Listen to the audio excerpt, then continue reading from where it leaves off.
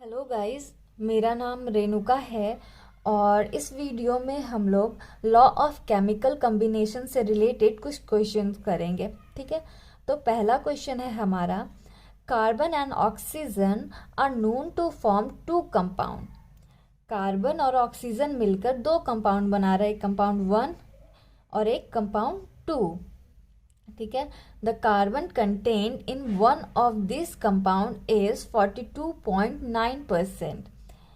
ठीक है, इन दोनों स्टेप में से एक स्टेप में कार्बन का परसेंटेज है 42.9%। ठीक है, while in the other it is 27.3%। दूसरे में इसका परसेंटेज है 27.3। ठीक है, मतलब कि कार्बन और ऑक्सीजन मिलकर टोटल 100% है, जिसमें कार्बन 42.9% प्रेजेंट है फर्स्ट स्टेप में, दूसरे में 27.3% है। ठीक है, तो लॉ ऑफ केमिकल कॉम्बिनेशन क्या कहता है कि जब एक एलिमेंट के मास में वेरिएशन रहता है और दूसरा एलिमेंट जो है वो उसका मास फिक्स्ड होता है, तो जिसके मास में वेरिएशन होता है उसके मास का रेशियो जब हम निकालते हैं तो वो रेशियो जो है वो सिंपल होल नंबर रेशियो आना चाहिए। ठीक है, तो पहले हम लोग ऑक्सीजन का एक फिक्स मास निकाल लेते हैं। ठीक है, तो देखते हैं फर्स्ट कंपाउंड में मास ऑफ कार्बन कितना था, 42.9 ग्राम। मास ऑफ ऑक्सीजन कितना है, मास ऑफ ऑक्सीजन कैसे निकलेगा, total carbon plus oxygen total कितना है 100 माइनस कार्बन का मास कितना है 42.9। ठीक है, 100 में से 42.9 को माइनस कर दिए तो कितना आया 57.1 ग्राम। ठीक है, अब सेकेंड कंपाउंड में मास ऑफ कार्बन कितना है 27.3 ग्राम। मास ऑफ ऑक्सीजन कितना आएगा 100 माइनस 27.3 ग्राम। ठीक है, तो कितना आया मास ऑफ ऑक्सीजन 72.7 ग्राम। ठीक है, अब हम लोग फर्स्ट कंपाउंड में जब ऑक्सीजन का मास 57.1 ग्राम था तो कार्बन कितना था 42.9 ग्राम। ठीक है, mass of carbon combining with 57.1 gram of oxygen is equal to 42.9। अब हम लोग 57.1 ग्राम के जगह ऑक्सीजन ले लेते हैं 1 ग्राम। ठीक है, तो मास ऑफ कार्बन कितना होगा, तो 42.9 बाय 57.1 इंटू 1 कितना आया 0.75 ग्राम। ठीक है, अब सेकेंड कंपाउंड में हम लोग सेकेंड कंपाउंड में देखे थे, जब हम लोग ऑक्सीजन का मास था 72.7 ग्राम, तो उसमें जो कार्बन था उसका मास था 27.3। अब 72.7 के जगह हम लोग ऑक्सीजन का मास ले लेते हैं 1 ग्राम। ठीक है, तो मास ऑफ कार्बन कितना हो जाएगा, तो मास ऑफ कार्बन निकालने के लिए क्या करेंगे 27.3 बाय 72.7 इंटू 1 कितना आया 0.375 ग्राम। ठीक है, तो सेकेंड कंपाउंड में भी हम लोग ऑक्सीजन का मास 1 ग्राम लिए, फर्स्ट कंपाउंड में भी हम लोग ऑक्सीजन का मास 1 ग्राम लिए। दोनों कंपाउंड में हम लोग ऑक्सीजन का मास फिक्स्ड कर लिए, तो कार्बन का जो मास रेशियो निकाले, पहला में कार्बन का मास कितना आया था, जब हम लोग ऑक्सीजन को 1 ग्राम लिए थे तो 0.75 ग्राम। ठीक है, जब दूसरे कंपाउंड में ऑक्सीजन 1 ग्राम लिए तो कार्बन का मास कितना आया 0.375 ग्राम। ठीक है, जब इसको सिंप्लीफाई किए तो क्या आया हमारा 2:1।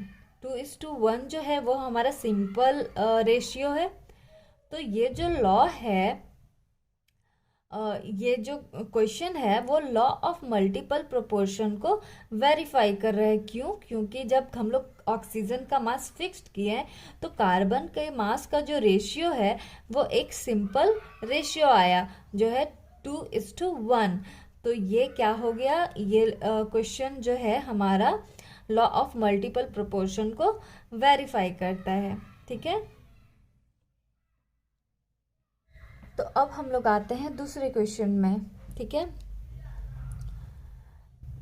क्वेश्चन है two oxides of metal contain 27.6% and 30% of oxygen respectively.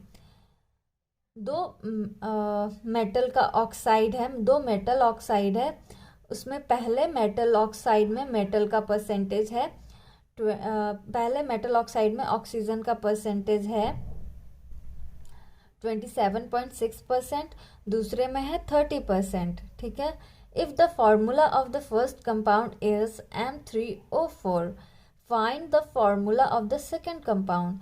अगर हम लोग को फर्स्ट कंपाउंड का फॉर्मूला दिया हुआ है M3O4 और ये डेटा दिया हुआ है, ऑक्सीजन का परसेंटेज दिया हुआ है, तो इसके हेल्प से हम लोगों को सेकेंड कंपाउंड का फॉर्मूला निकालना है। ठीक है, तो फर्स्ट मेटल ऑक्साइड में ऑक्सीजन कितना परसेंट है 27.6%।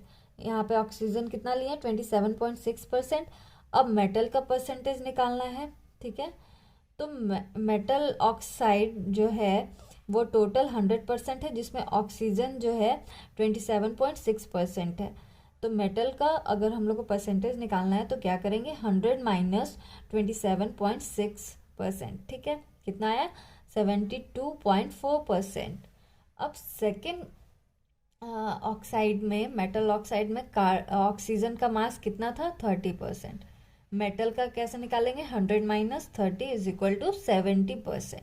ठीक है, फर्स्ट ऑक्साइड का फॉर्मूला क्या था M3O4। ठीक है, ये जो M है इसका हम लोग वेट ले लेते हैं, एटॉमिक वेट मान लेते हैं x। हम लोग को यहाँ पे इसका एटॉमिक वेट पता नहीं है तो हम लोग इसका एटॉमिक वेट मान लेते हैं x। अब जो है मेटल का percentage of metal in the compound M3O4। ठीक है, M3O4 में मेटल का परसेंटेज कैसे हम लोग निकालेंगे, यहाँ M को हम लोग x लिए हैं और M कितना है 3, M3 का परसेंटेज निकालना है। ठीक है, M का परसेंटेज निकालना है तो उसका वेट x लिए हैं, तो यहाँ पे हमारा क्या हो जाएगा 3x।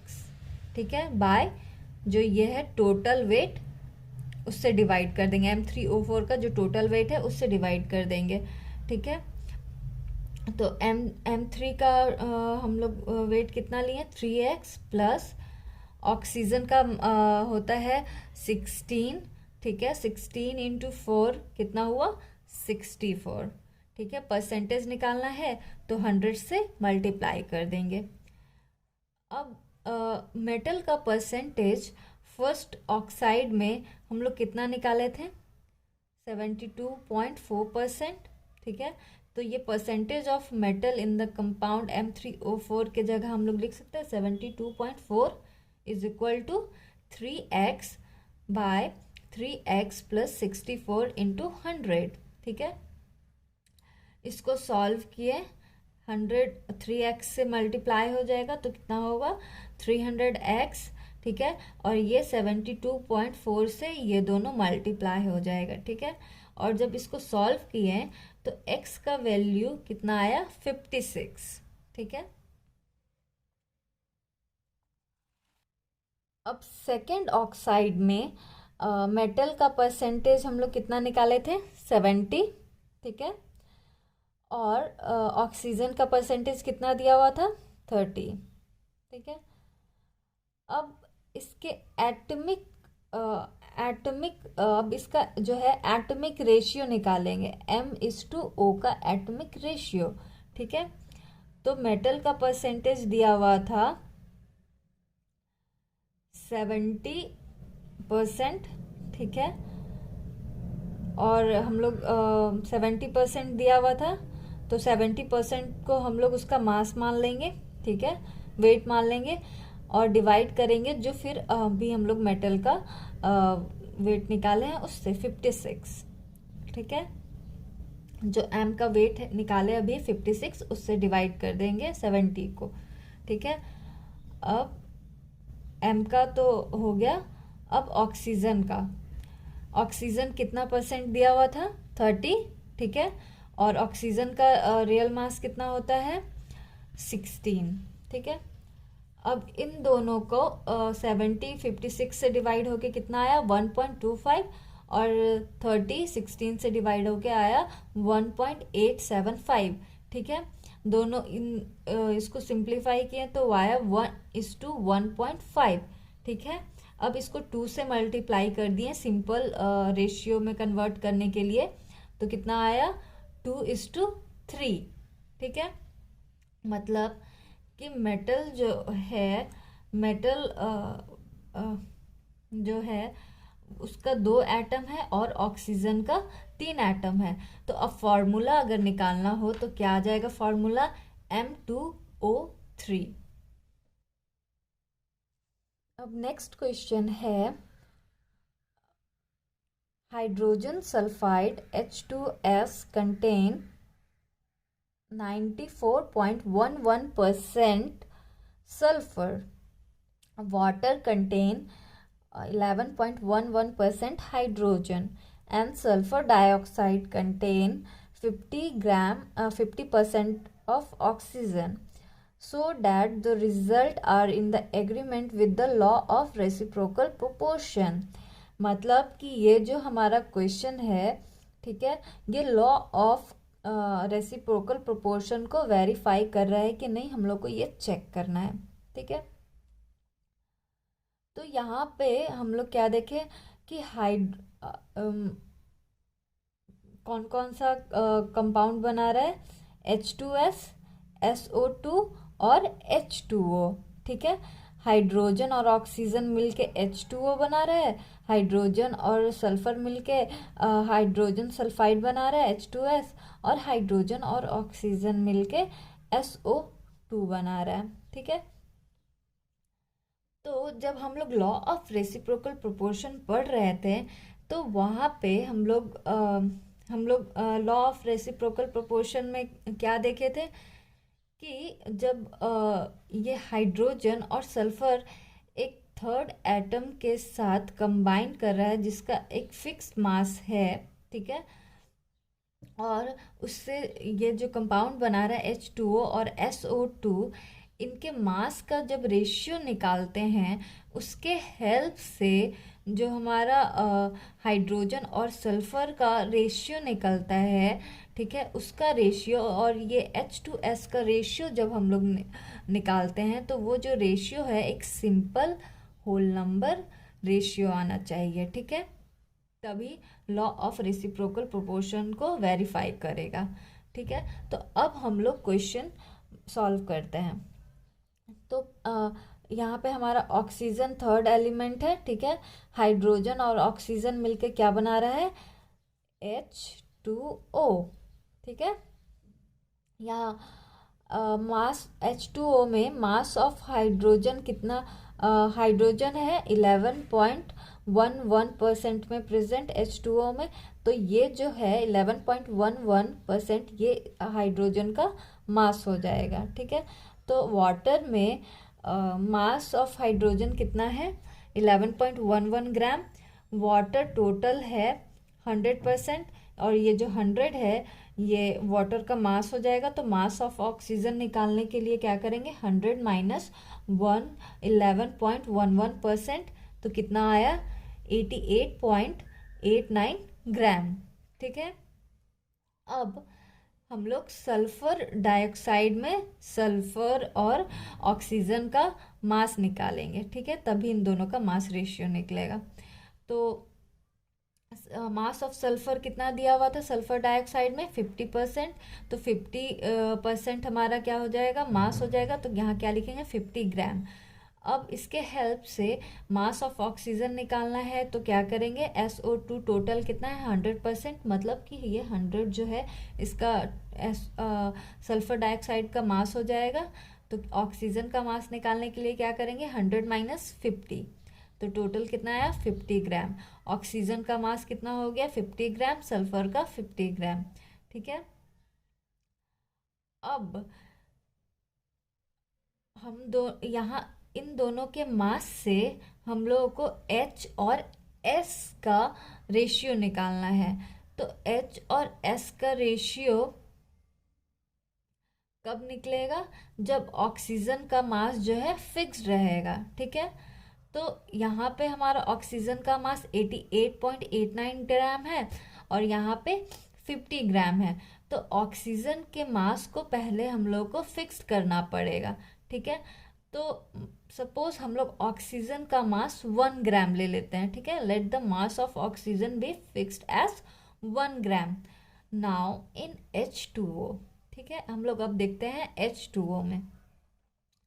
H2O में जब 88.89 ग्राम ऑक्सीजन कंबाइन कर रहा था हाइड्रोजन के साथ, तो हाइड्रोजन कितना ग्राम था 11.11 ग्राम। ठीक है, हाइड्रोजन कितना था 11.11 ग्राम। अब जब 88.89 के जगह 1 ग्राम ऑक्सीजन कंबाइन करेगा हाइड्रोजन के साथ, तो हाइड्रोजन का मास कितना होगा। ठीक है, तो जब 1 ग्राम के साथ कंबाइन करेगा तो हाइड्रोजन का मास निकालने के लिए हम लोग क्या करेंगे, 11.11 को डिवाइड करेंगे 88.89 ग्राम से। ठीक है, और 1 ग्राम के साथ कंबाइन कर रहा है तो 1 से मल्टीप्लाई कर देंगे। ठीक है, कितना आया मास, ऑक्सीजन का 0.125 ग्राम। ठीक है, हम लोग इसको 1 मान लेते हैं। अब सल्फर डाइऑक्साइड में सल्फर कितना था हमारा 50%, 50 ग्राम। ऑक्सीजन निकाले थे तो कितना आया था 50 ग्राम। तो जब 50 ग्राम ऑक्सीजन कंबाइन हो रहा था सल्फर के साथ, तो हमारा तब सल्फर कितना था 50 ग्राम। ठीक है, अब 50 ग्राम के साथ कंबाइन ना होके 1 ग्राम के साथ ऑक्सीजन के साथ जब सल्फर कंबाइन होगा तो सल्फर का मास कितना होगा 50/50, और 1 ग्राम के साथ कंबाइन हो रहा है तो क्या करेंगे 1 से मल्टीप्लाई कर देंगे, तो कितना आया 1। यहाँ हमारे सल्फर ऑक्सीजन का मास फिक्स्ड किए 1 ग्राम, तो सल्फर का कितना आया मास 1 ग्राम। और जब जहाँ हम लोग H2O में जब हम लोग ऑक्सीजन का मास फिक्स्ड किए हैं तो हाइड्रोजन का कितना आया था हमारा मास 0.125 ग्राम। ठीक है, तो उसको 1 लिए थे, इसको 2, तो फ्रॉम 1 और 2 के हेल्प से हम लोग हाइड्रोजन और सल्फर का मास रेशियो निकाल सकते हैं। ठीक है, तो यहाँ हम लोग हाइड्रोजन का कितना आया था मास 0.125 और सल्फर का कितना आया 1। ठीक है, इसको सिंप्लीफाई किए तो क्या आया 1:8। अब हम लोग इसको इक्वेशन 3 मान लेते हैं। ठीक है, अब हाइड्रोजन सल्फाइड में हमारा सल्फर का मास दिया हुआ था 94.11 ग्राम। ठीक है, ये टोटल कितना है 100%, तो 100% को हम लोग इसका टोटल का मास निकाल लेंगे, H2S का मास समझेंगे। ठीक है, तो अब हाइड्रोजन का मास निकालना है तो क्या करेंगे 100 माइनस 94.11 ग्राम। ठीक है, तो आया टोटल कितना आया हाइड्रोजन का मास 5.89 ग्राम। ठीक है, अब जो है हाइड्रोजन और सल्फर का रेशियो, यहाँ से हाइड्रोजन और सल्फर का रेशियो निकालेंगे, मास का रेशियो, तो क्या आएगा हाइड्रोजन का क्या है 5.89 ग्राम और सल्फर का कितना है 94.11 ग्राम। ठीक है, तो 5.89 is to 94.11 ग्राम को जब सिंप्लीफाई किए तो क्या आया 1:16। इसको मान लिया इक्वेशन 4। तो अब इक्वेशन 3 और इक्वेशन 4 को का जब रेशियो निकालते हैं, ठीक है, 3 में क्या है 1/8 इज टू 4 में क्या है 1/16। अब जब इसको सिंप्लीफाई करेंगे तो क्या आएगा हमारा 2:1। और ये जो 2:1 है ये एक सिंपल रेशियो है, ठीक है। तो H2O और SO2 का मास रेशियो निकाले, फिर दोनों जगह ऑक्सीजन का मास फिक्स्ड किए, उसके हेल्प से हाइड्रोजन और सल्फर का जो मास आया उसका रेशियो निकाले, फिर हाइड्रोजन सल्फाइड में जो हाइड्रोजन और मास सल्फर का जो मास आया मास निकाले, उसके हेल्प से फिर इक्वेशन 3 और इक्वेशन 4 का रेशियो निकाले। तो रेशियो क्या आया 2:1। तो ये जो 2:1 है ये एक सिंपल होल नंबर रेशियो है। तो ये क्वेश्चन जो है लॉ ऑफ रेसिप्रोकल प्रोपोर्शन को वेरीफाई कर रहा है, ठीक है। तो आज के लिए बस इतना ही। Thank you.